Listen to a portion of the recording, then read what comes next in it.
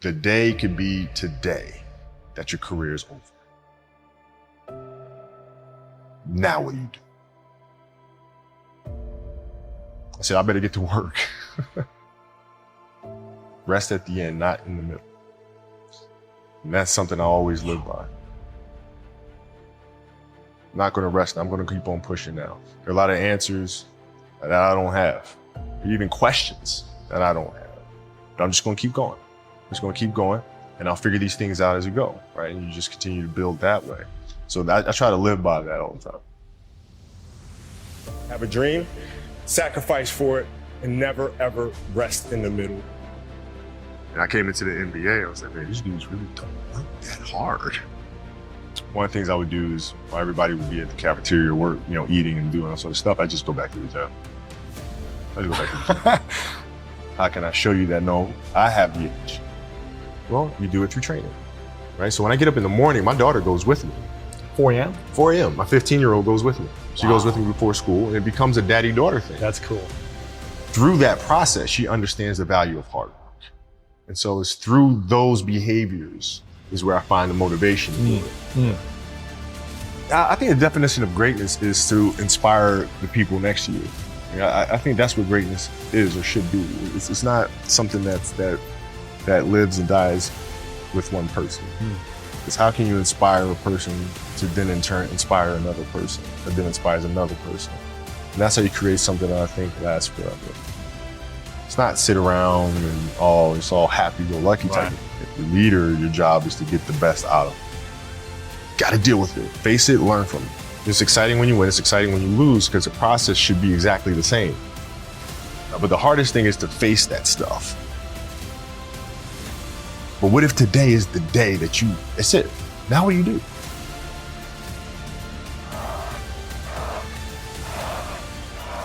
What can I say?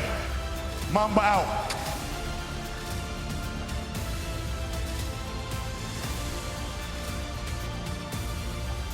My parents were great.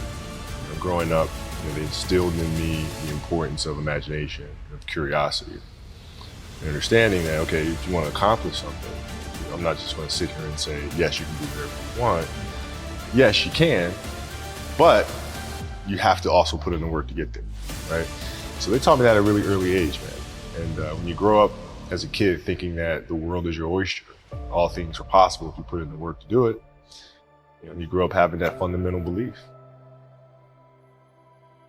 Who was more influential for you, your father or mother? Both were influential at different points. Yeah. Right. My mom was there on a daily basis.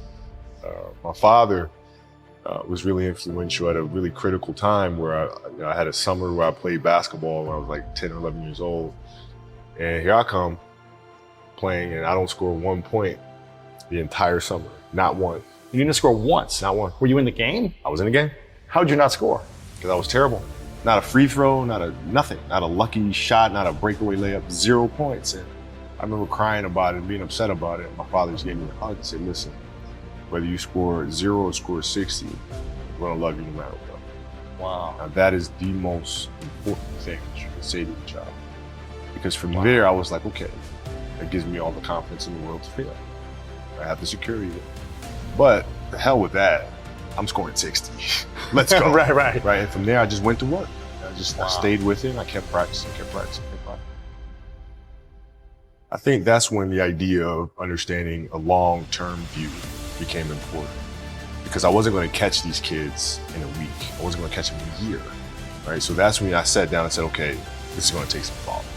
All right, what do I want to work on first? All right, shooting. All right, let's knock this out. Let's focus on this. Half a year, 6 months, do nothing but shoot. All right, after that, all right, creating your own shot. You focus. So I started creating a menu of things. When I came back the next summer, I was a little bit better.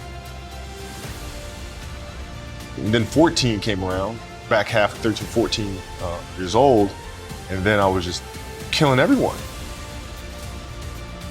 And it happened in 2 years. And I wasn't expecting it to happen in 2 years, but it did, because what I had to do was work on the basics and the fundamentals. While they relied on their athleticism and their natural ability. And because I stick to the fundamentals, it just caught up to me. And then my body, my knees stopped hurting. I grew into my frame. And then your athleticism once you have the fundamentals, Exactly. the hard work, the mindset, and you tack on the 11th athleticism, it's game over. Then it was game. Wow.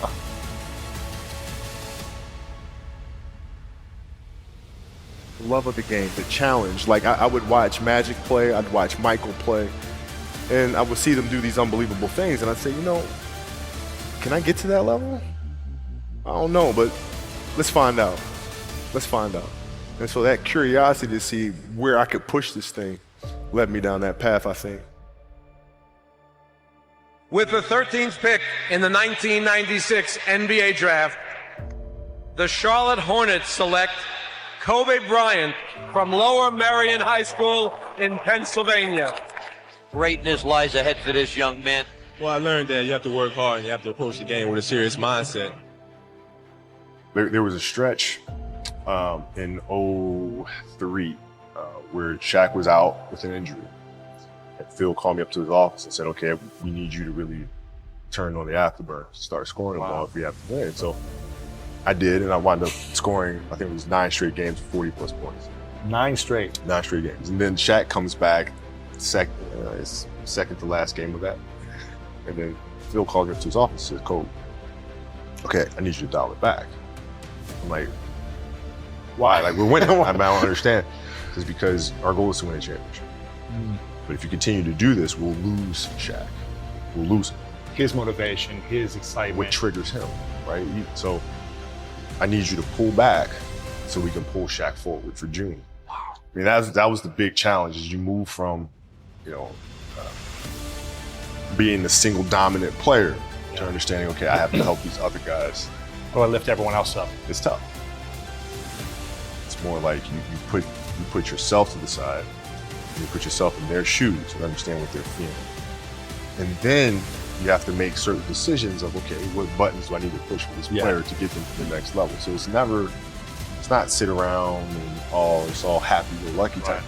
The leader, your job is to get the best out of them, even if they may not like it at that time.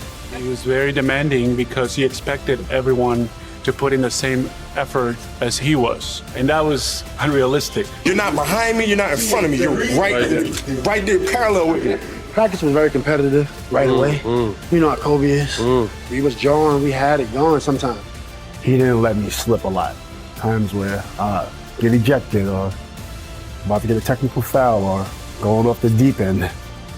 He would be there to, set me straight a lot, which helped me out a lot. So we get in the timeout, and he's like, hey, I'm open. I'm like, okay.